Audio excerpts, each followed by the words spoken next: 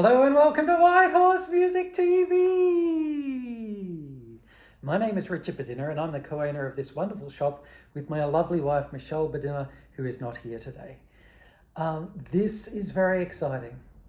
Over the years my Welcome to White Horse Music TV has been louder when I've been more excited, and that was just about the most loud Welcome to White Horse Music TV you will ever see, because I have just been for 3 months in Europe searching around for the best violins for our shop. We've had some really amazing young and older violinists who have come over the last couple of years, who have been looking for something a bit better, something next level, something maybe even professional level instruments. And so we decided it was time to go and jump into finding some really good quality instruments.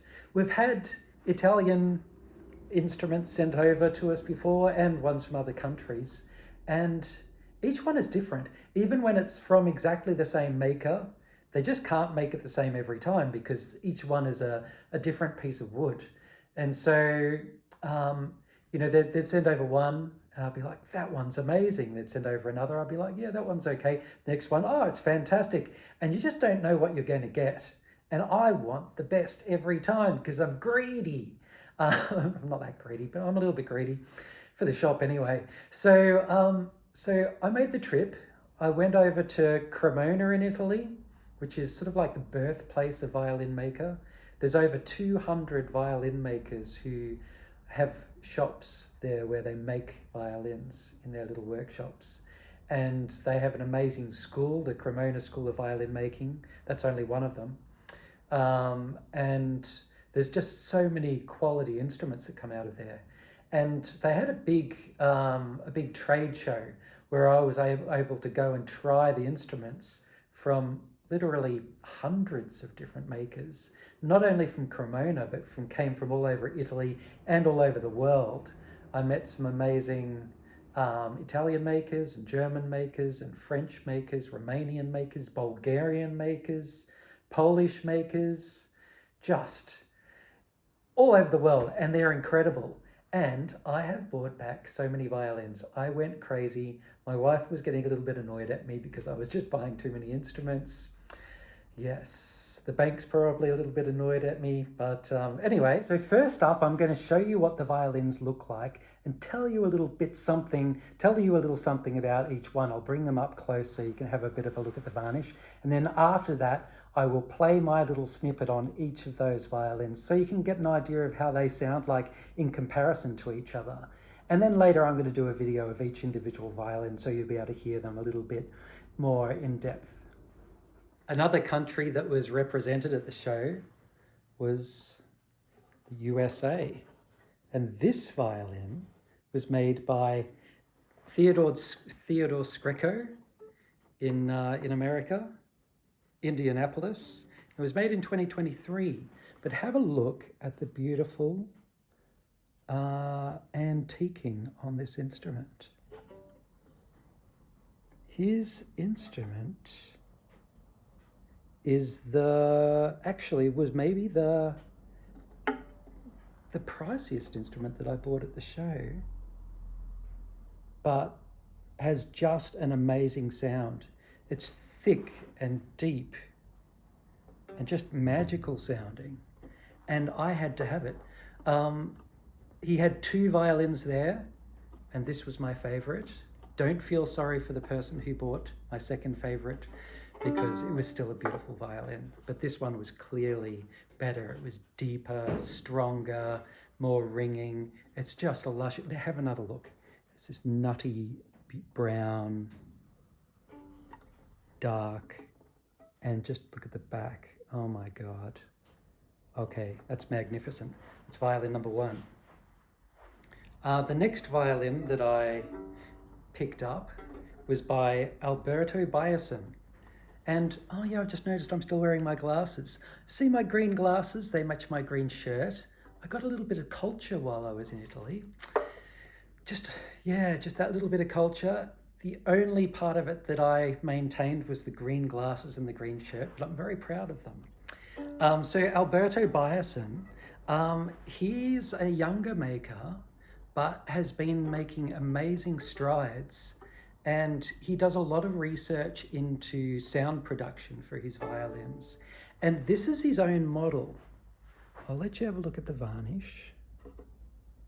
It's not so antique, but it is very two-tone. Like you can see a lot of golden color underneath the brown sort of color. And it looks amazing. It doesn't have scratches and things like that, like the Theodore Skreko violin.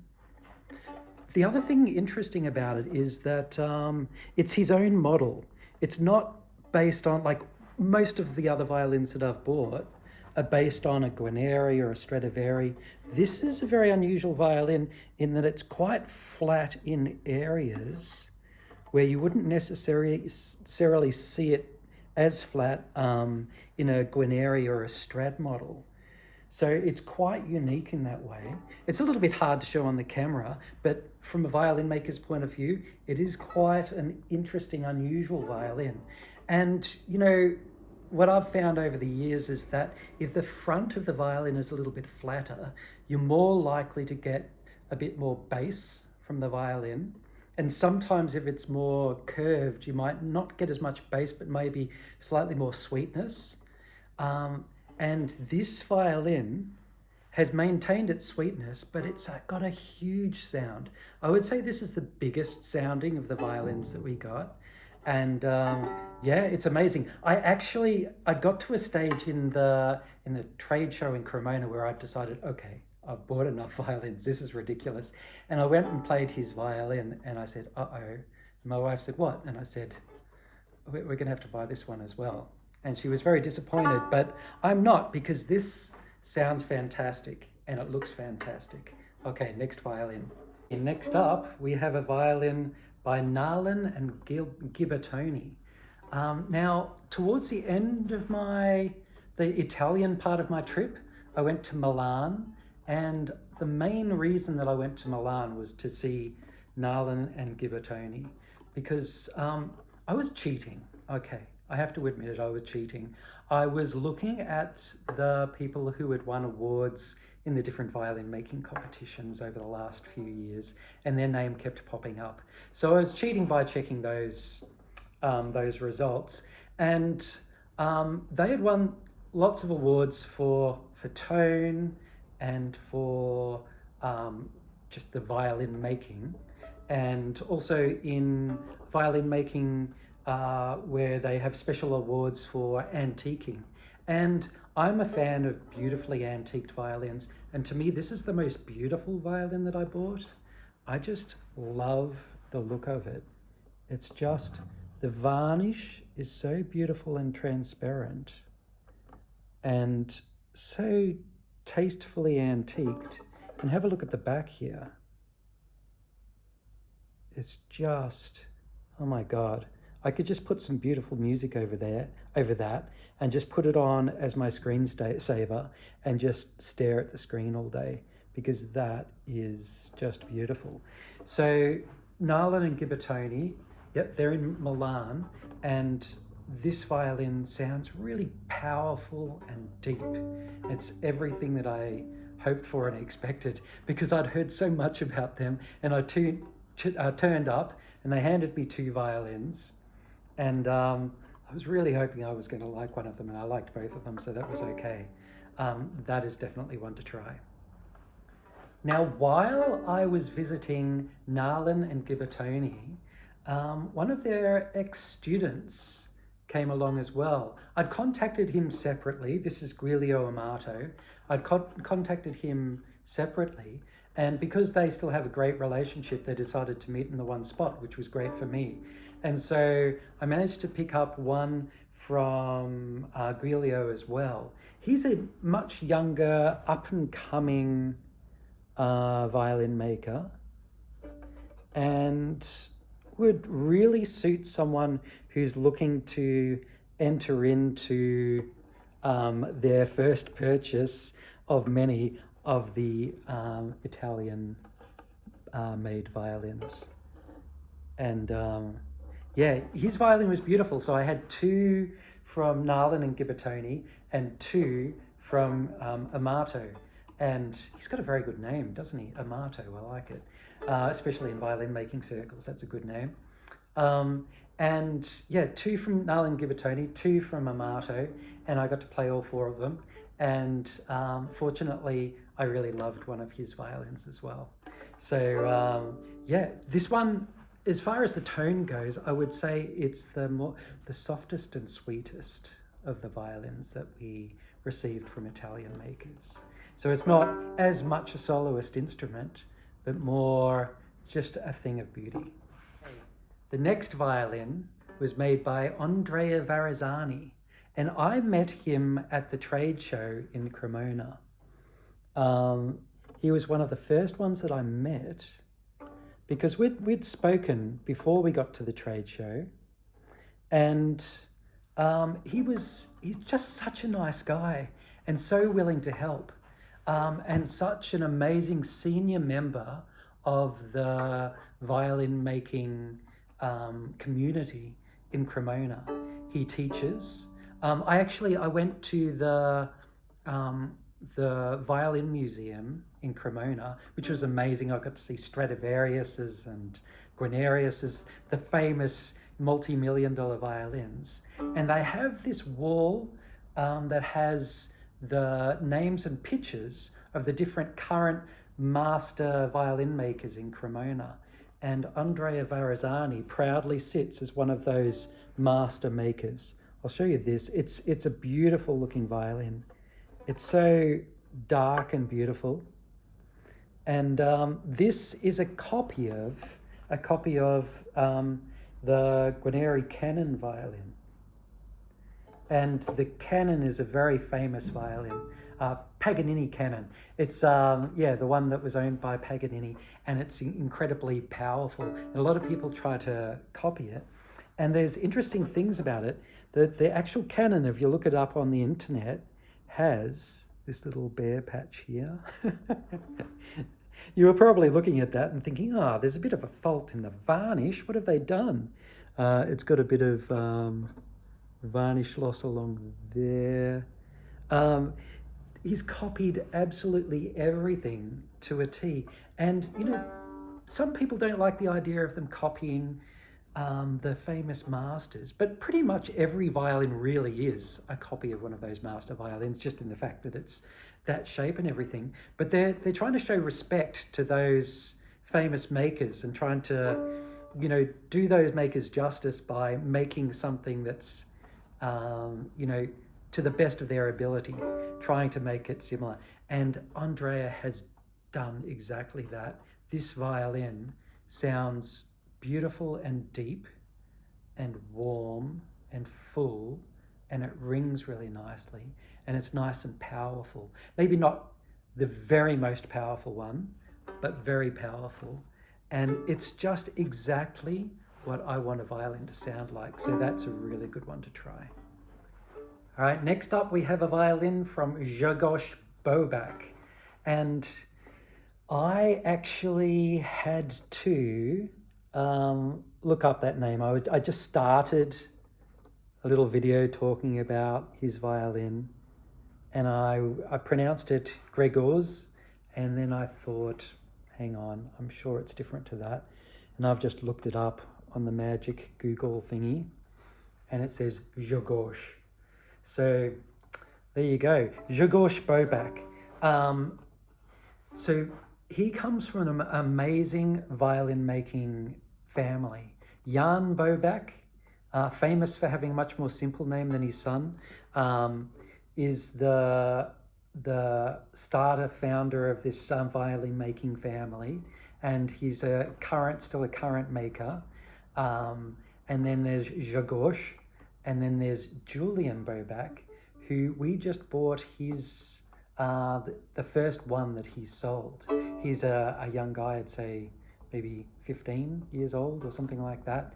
And it was just nice to have violins from different generations for the same family. But Jan Boback, he won the Wieniawski violin making competition many years ago, and it's a violin. It's in a museum, and he's won many competitions. But he now judges international violin making competitions. He is sort of like violin making royalty. Makes amazing violins, and then his son Grzegorz makes incredible violins as well. And they all have this amazing sort of honey-coloured, mildly antiqued look to them. Just absolutely gorgeous. And I played several of their violins, and my favourite was actually made by Grzegorz. He had a couple that were being displayed, and this was my favourite of those. And so I bought that. I also bought one from his son, Julian, which was fantastic. This violin is all I would want in a violin. It's strong, it's deep, it's ringing. I love it. This is another really good one. Now, this is the final one from this list of instruments. And keep in mind that this is only some of the violins. I still have some, several of them anyway, that are yet to arrive in Australia. So this one is made by Milena Noventa, and she's an amazing maker, just a really lovely person as well. We spent some good time with her, and she has made this violin which looks really pristine. I noticed that she won a violin making competition in Moscow in 2014 with in the antiqued violin category. But this is not antiqued. In fact, this is one of the very few violins that I got which is really pristine, new looking. And when I say pristine, she had 3 violins to show me, and this one had a little tiny blemish. I don't know if you can see it, just in front of the bridge, where the bridge had been and had slipped to there, and they've touched it up, and so it has that little blemish. But I saw that blemish and I was like, oh, okay, that's a little bit of a pity. But I played her 3 violins, and I like the tone of this one by far the most.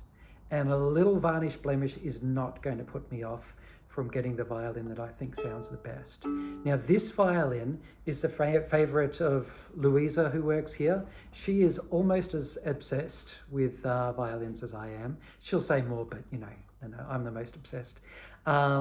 And so she really loves this one, and I think it's a real killer as well. It's really beautiful, rich and smooth. I'd say it's the smoothest sounding of our violins, and it has just the right amount of power as well. So it's a really beautiful one. And I said that was the last one, but it wasn't. This one is by Francesco Tarchi. Now, I met Francesco in Florence. I just went everywhere. You have no idea. 3 months, free reign, just going to all of these different countries and parts. Oh, we spent a lot of time in Italy, maybe 51 days. So lots of different parts of Italy. Florence had a really happening violin making scene. And Francesco Tarchi was this nice man who has played violin professionally, and he makes violins in his very small, very old workshop. The building is more than 500 years old, and it's so weird. You walk up these really thin steps up to this area where you can try the instruments. And he was so proud of his violin making and his heritage. And the interesting thing is, this violin was made in 1996, but varnished many, many years later. Very recently, I can't remember exactly when. It says on the certificate, but made in the last, varnished in the last couple of years. He likes the wood to season after he's made the violin. And it sounds really beautiful, and even and strong and deep. And I mean, you hear me saying this about all the violins. It's amazing. It's so beautiful. But it is because I got to go and choose my favorites. I'm a little bit too excited about it. I'll take my tablets. I'll be okay. This is the Theodore Skreko.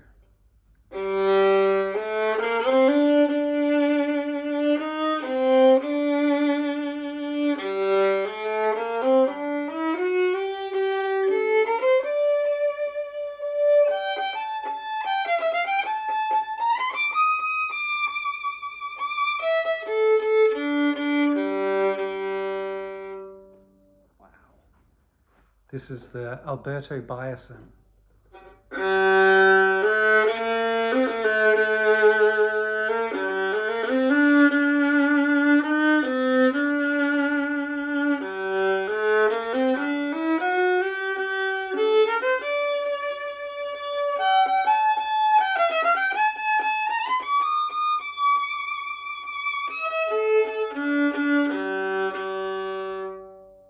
Maybe the most powerful, deepest sounding violin I've ever heard. The Nalin Gibertoni.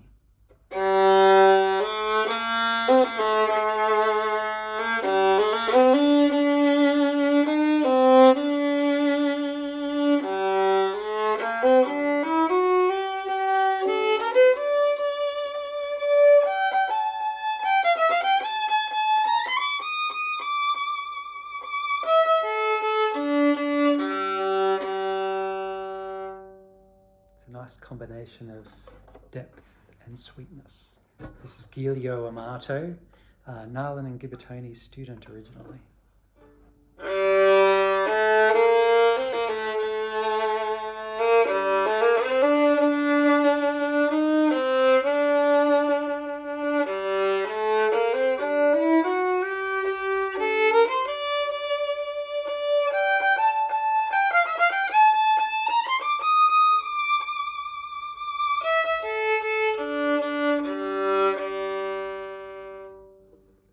And sweet. This is Andrea Varazzani.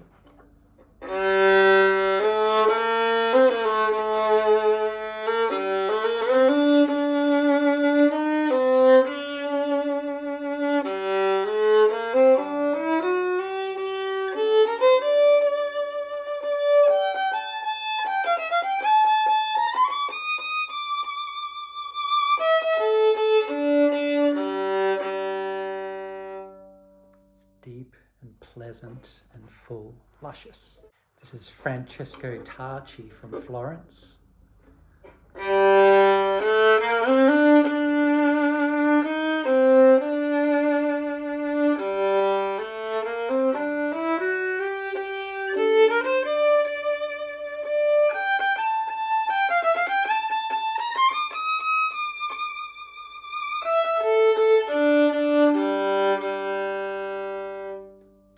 Incredibly even and beautiful and very old worldly sort of sounding. The next one is Grzegorz Bobak.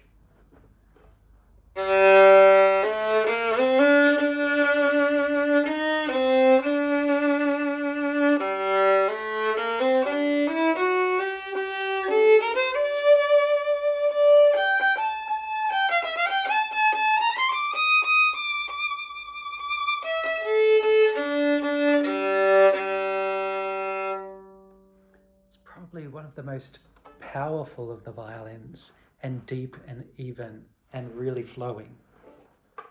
Next one is Melena Noventa.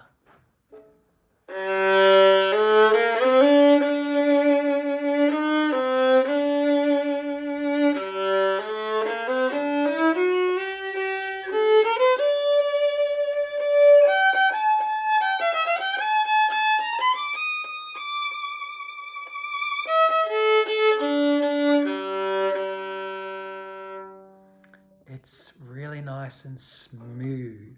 Smooth, not as powerful as the Bobak one, but beautiful and smooth and silky sounding.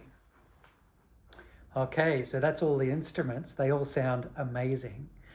They are all individual, one-of-a-kind instruments that I have chosen over there A lot of the time I've gone to the actual workshops to make sure everything's being done right.